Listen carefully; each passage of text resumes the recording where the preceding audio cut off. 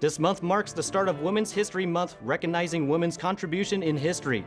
The Durham Museum is unveiling a new exhibit highlighting these contributions to celebrate women. Good afternoon, I'm Joey Colbert.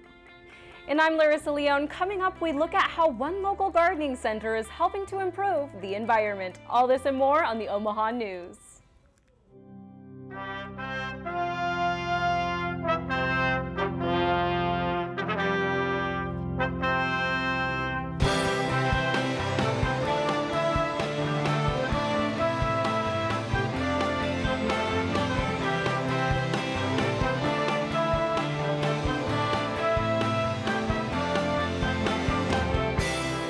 From the studios of UNO Television, this is the Omaha News, presented by UNO School of Communication.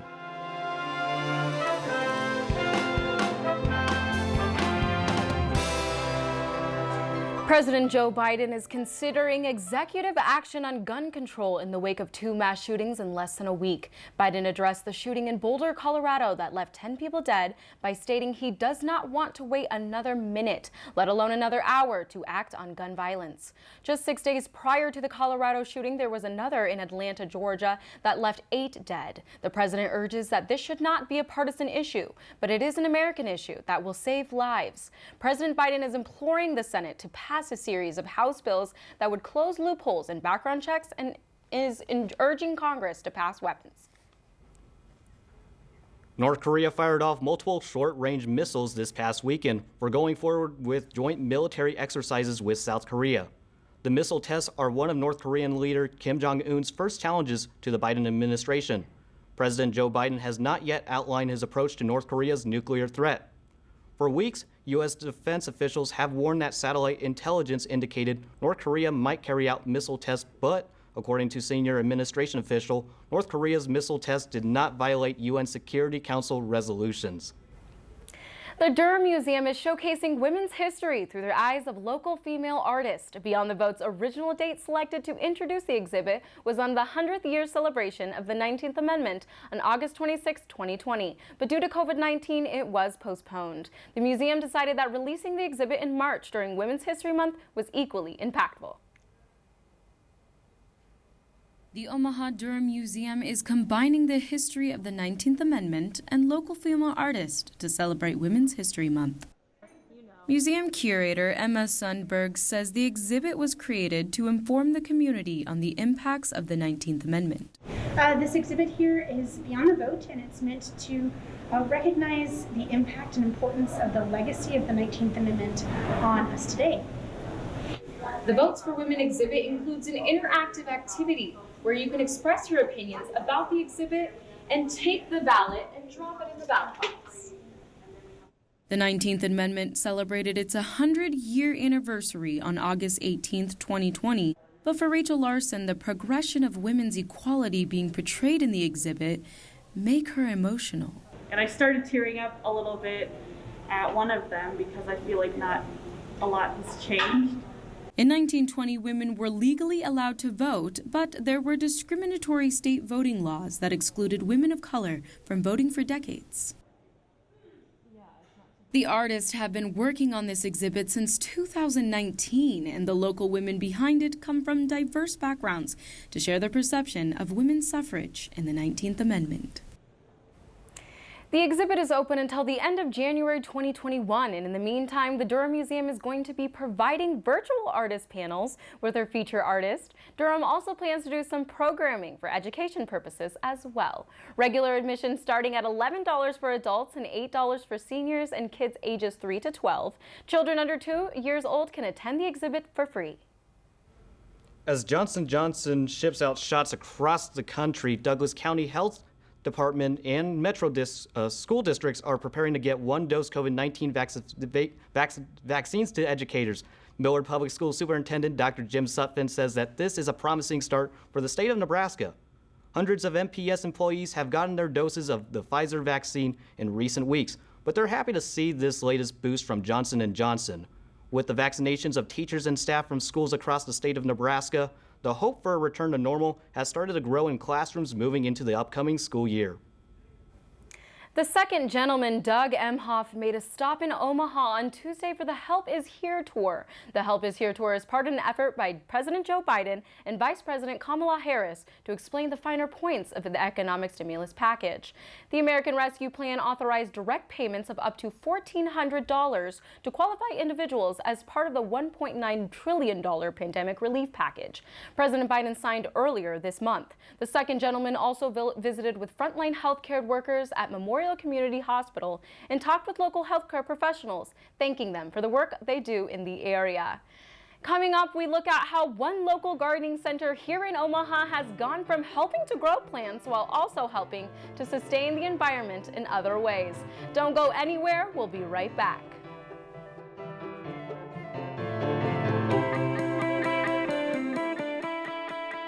There's a unique educational experience right here in Omaha. With access to top-rated programs, in-demand degrees, and a worldwide community of graduates, UNO prepares students for life, wherever it may lead. From Omaha to Italy to Uganda to Japan, Mavericks are working in communities around the globe. So where will a degree from UNO take you? UNO, access to exceptional, access to the world. Learn more at unomaha.edu.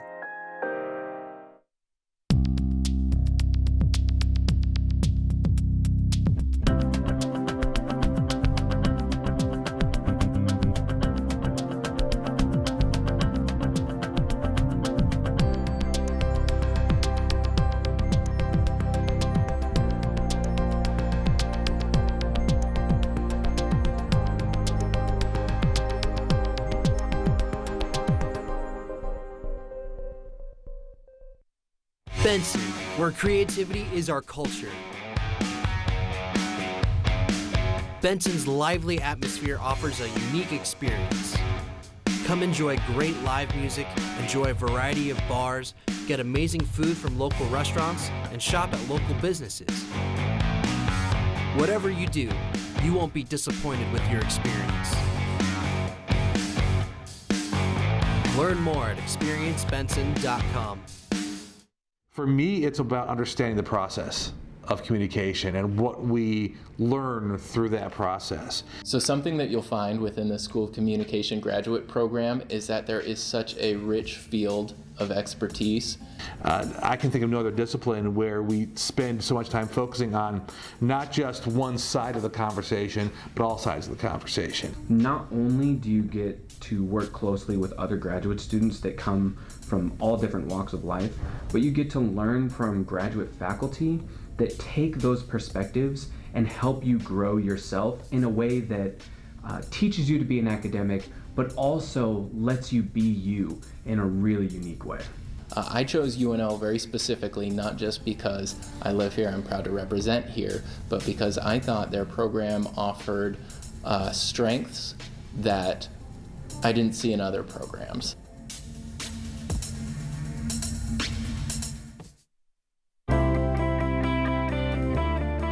This is the Omaha News.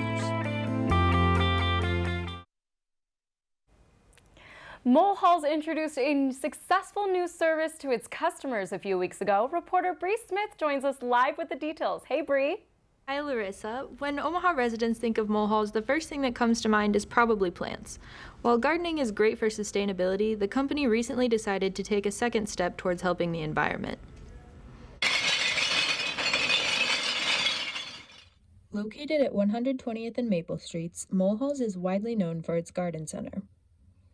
While they do offer a wide variety of plants to their customers, the business also offers everything from landscaping to patio furniture. Recently, they've added another service to their list. Mulhall's new recycling bins, located in their south parking lot, allow Omaha residents to dispose of plastic, metal, paper, and glass. This recycling drop-off site serves as a replacement for one that recently closed in Benson. One Omaha resident said this new location with its clearly labeled bins was a much-needed change. This is so much better because it became a dumping spot. People were bringing every and anything that wasn't recyclable. As you can see here, these bins are very clearly labeled, making it easier for people to know what they can and can't recycle. Mulhall's employees are also playing a role in the upkeep of the area. One employee, Mike Reynolds, said making sure the bins don't get too full is important. Like the glass one gets dumped probably like once a week. The other one sometimes it's twice a week because sometimes I see lines out there of people using the recycle. Mulhall's is one of just 3 recycling drop-off locations in Omaha that accepts glass. To find out more about where you can get rid of your recycling, visit wasteline.org. According to wasteline.org, the recycling bins at Mulhall's are functioning with the 96-gallon recycling carts that were provided to Omaha residents last November. Although there hasn't been any data observed recently, a combination of these efforts was expected to increase recycling by 50% in Omaha. Larissa, back to you. Thank you, Bree. It's National Agriculture Week, and Nebraska Governor Pete Ricketts is crisscrossing the state touring local ag operations. It's part of the week-long recognition of the contributions by the nation's 2 million farmers, ranchers, and agribusinesses. The Agriculture Council of America plans the National Ag Day every year with the mission of increasing the public's awareness of agricultural roles in modern society. You may have heard the familiar sound of weather sirens this morning at 11. It's part of the Nebraska statewide tornado drill. Last year, 21 tornadoes were reported across Nebraska. That's down 50% from an average year. The National Weather Service has added detailed maps to their weather app and websites to warn residents of hail, wind, tornadoes. The area spans the distance from Hemingford, Nebraska to Davenport, Iowa. The official start of the spring showered Omaha with about 1.5 inches of rain, enough to green up the local parks and yards. The annual Nebraska-Iowa Severe Weather Week ends Friday, the 26th. The Omaha Police Department recently upgraded their aerial helicopter unit Able 1 with night vision capabilities, adding what they call a force multiplier to their roster. This new technology is an extended form of night vision, enhancing the passenger's abilities to see in low-light settings by enhancing the ambient light rather than producing its own light, as some night vision devices do. Omaha Police Department's Chief Pilot Frank Peck says this will be especially helpful in rural areas where urban lighting is not present. OPD has not wanted this technology for some time and hopes to use its new chopper to do their jobs more efficiently while protecting officers and their local community. Omaha Performing Arts has announced an entire lineup of shows spanning the rest of this year's at the Orpheum Theater.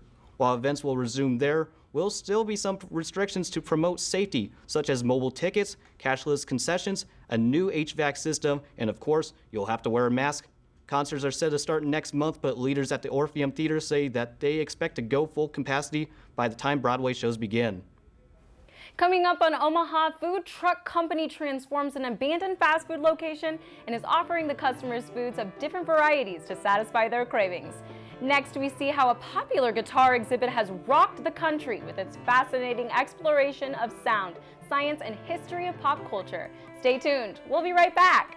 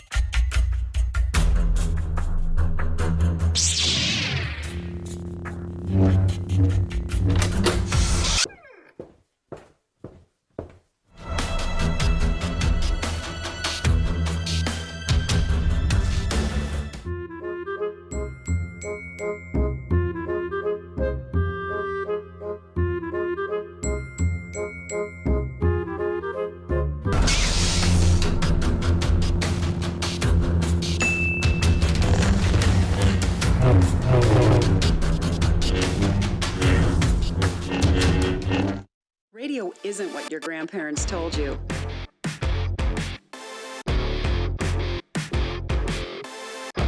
It's about discovering facts from the other side of the story. But MavRadio.fm produces talent, people who can take someone's story and bring it to life.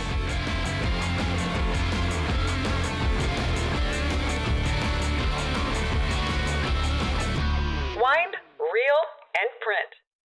Explore the historic Blackstone district in Omaha, Nebraska. With over a dozen restaurants, bars, and social settings, you can experience everything the iconic district has to offer.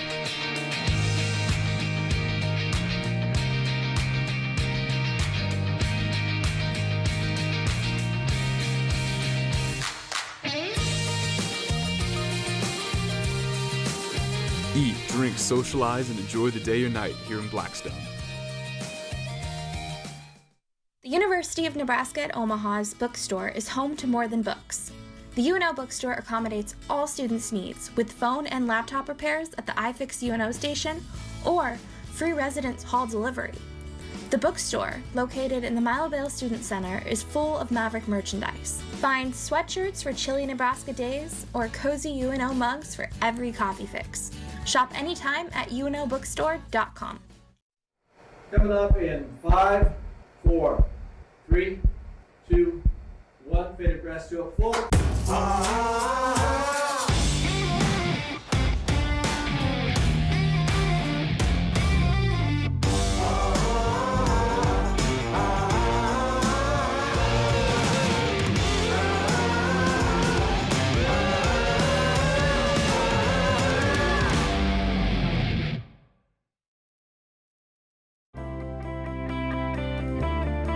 This is the Omaha News. A local museum in Omaha is attracting music lovers to see the world's most popular instrument on display. See what they are doing to help keep the guitar alive. Reporter Jimmy Carroll has the story. If you love guitars, make your way to the Durham Museum. The instrument that rocked the world is on display in more than 70 types. The exhibit takes visitors on a fascinating exploration of the sounds and pop culture behind what made the guitar the world's most popular instrument. Jessica Brummer is the director of communications and says this is a touring exhibition of the National Guitar Museum. This exhibit dates all the way back to, early centuries, humans using stringed instruments and creating music. So it really does a good job of telling that whole picture. The exhibit shows visitors concepts such as sound waves, electromagnetism, decibel levels, engineering design, and more. The instrument that rocked the world has been a must-see visit in many cities across the U.S. since its launch in 2011. People of all ages have seen the exhibit. For Mallory Freeberg and her daughter, it is nothing short of exciting and interactive. Yeah, we love it. We've been here before. My husband plays the guitar, so they kind of know a little bit about it. But yeah, she likes going and looking at all of them and all the interactive exhibits. Don't forget to take a look at the largest playable guitar as certified by the Guinness Book of World Records. For the Omaha News, I'm Jimmy Carroll. The National Guitar Museum is temporarily based in New York City, but will be permanently located in a selected U.S. city upon completion of the nationwide tour. As Nebraska enters the second year of the pandemic, food insecurities have become a growing concern for many families. Food Bank for the Heartland is ramping up to meet this growing demographic. According to Feeding America, 250,000 Nebraskans are struggling with hunger. Food Bank for the Heartland is the largest food bank in Nebraska and Iowa and serves 93 counties. We are seeing many folks who never anticipated being in a situation where they were going to need emergency food, suddenly, without a job or without childcare, and now are experiencing financial hardship and food insecurity for the first time. The food bank has required some extra help to ensure everyone who requires assistance has access to their services, whether it's volunteering or donations. For every $1 donated, the food bank provides 3 free meals to the local community. As you look around Omaha, there seems to be a lot of food trucks all over the city. It can be often challenging to know where your favorite truck is located. Trucks and Taps has converted an old Sonic location into a food truck hotspot. Reporter Wyatt Waskowiak joins us live with the story. Trucks and Taps offers a unique food truck experience where patrons can order a different food truck at one premier location. Typically, there are up to 5 food trucks on any given night, but they can power over 10 at any given time. Trucks and Taps is a new kind of dining experience in the Omaha area. Located on 108th and Q, they offer a variety of different food trucks for customers to explore, says the owner of the Big Green Food Truck, Kevin Wyatt. So you get 6 people together. If you want to go to a restaurant, there's always going to be somebody out of that group of 6 that's going to say, I don't want that food. Here, that's not an option. I mean, you should be able to find, everybody should be able to find something that suits their eating style. With over 50 food trucks in the Omaha area, the location hopes to host as many as they can in the near future. It gives people access to a truck where they might not be able to get to them because they're always on the other end of town, or it's hard to find food trucks. And here you'll be able to know where they're at. Trucks and Taps is home to a few staples, like the Big Green Q, but also occasionally they have special guests, like the Oscar Mayer Wienermobile.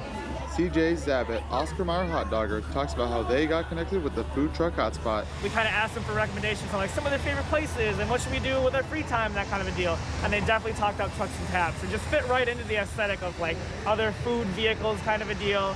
Customers have been filling the lot ever since they opened last June. They're coming here because they know the food is good, they're supporting small business. They got a place where they can hang out that's COVID friendly right now. The CDC recommends outdoor eating when possible, which is perfect for Trucks and Taps. The Omaha Food Trucks Association will have a big event on April 24th that is expected to have at least 10 food trucks at Trucks and Taps. There are plans to have live music to go along with the festivities. Larissa, back to you. What a great to support our local community there. Coming up, a decade after UNO dropped wrestling and football from its sports programs, former UNO athletes share their experiences of the events from 10 years ago. Keep watching. We'll be right back.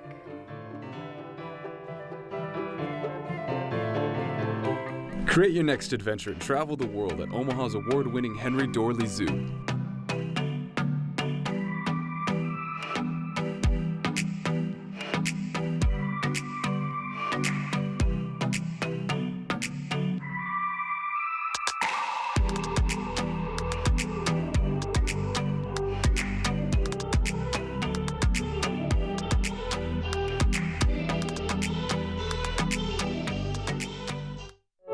I never thought I'd be standing in the clouds looking down on the ancient ruins of the Incan Empire.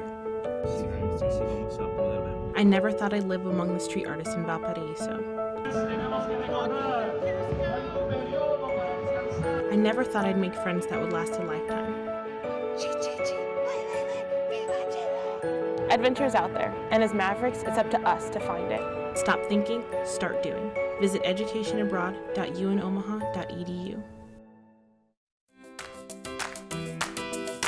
Dundee, home to Warren Buffett. It's located west of Midtown Omaha, Nebraska. It's a place in Omaha where neighbors can work, eat, relax, and live it up, all within a few blocks. Come visit the neighborhood and see what Dundee has to offer. I'd always pretend to call the game, and it's like it was a lifelong dream of mine, and now that I'm starting to fulfill that dream, it's been awesome. With the UNO School of Communication, your dream begins today. Unbelievable experience, extremely grateful that I get to do it. And it is so exciting to see what they can do and what they want to do. What can you say about your Maverick team? The deadline is now.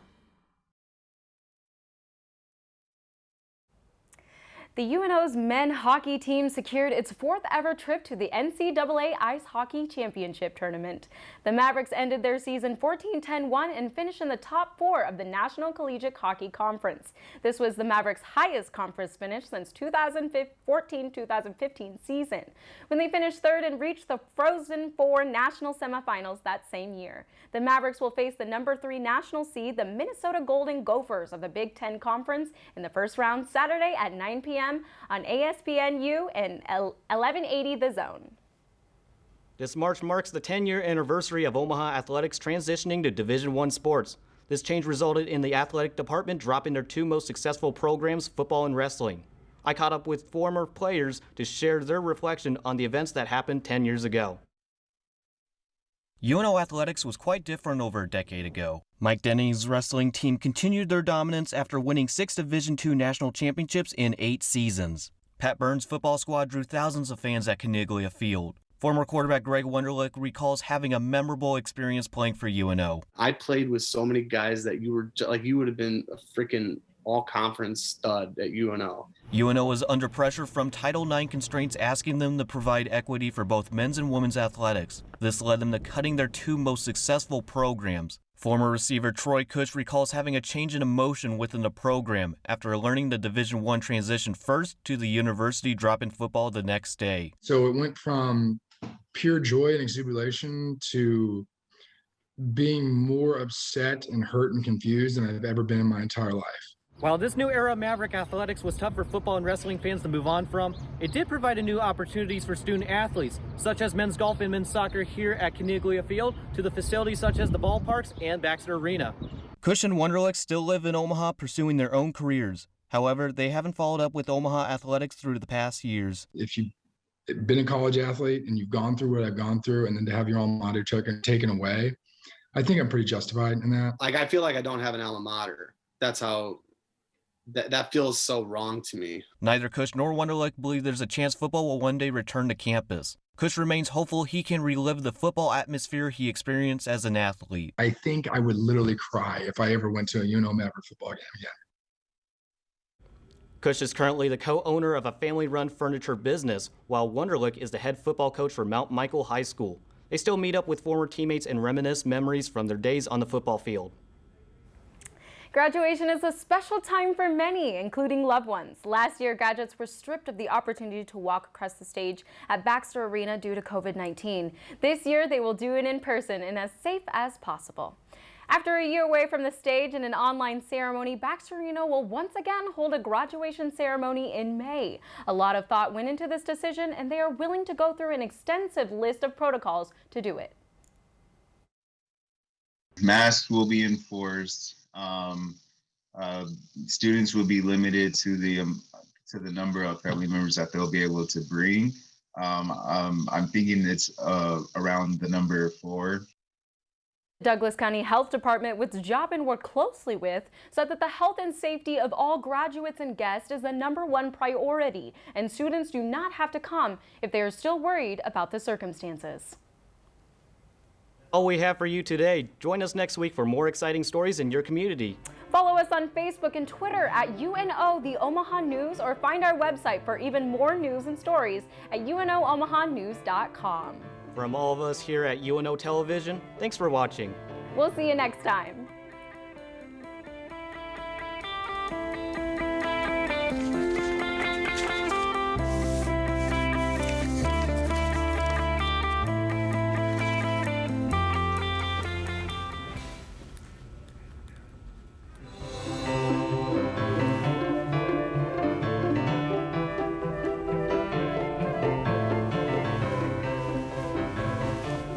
Hi everyone, I'm Kathy Wyatt. Welcome to the first edition, the 5th edition, 9th edition, the 13th edition of a special weekly series on Consider This, COVID-19. Like most Americans, no idea that we would be entering into a pandemic in 2020. There are an awful lot of people who are infected that don't know it. I just knew that it wasn't the normal cold or flu that I've ever experienced in my life. What my shift is like at the hospital, then you would understand that this is very, very real. It impacts us in the work environments that we all work in, but it also is in the community. We don't have treatments, we don't have vaccine, so we need to have behavior change. Parents, I really have tremendous appreciation for all the things that parents have been asked to take on as a result of this pandemic. It's been a challenging time for some students and families and teachers alike. This virus is not going to go away, not in any time soon.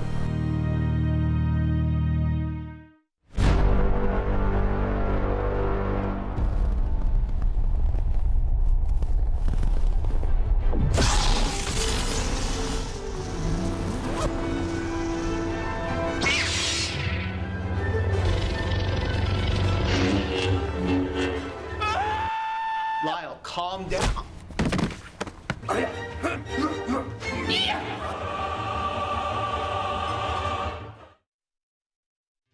The University of Nebraska at Omaha is a place for tomorrow's leaders. A place where individuals converge on a path to success, getting the attention and direction they need as they begin their career.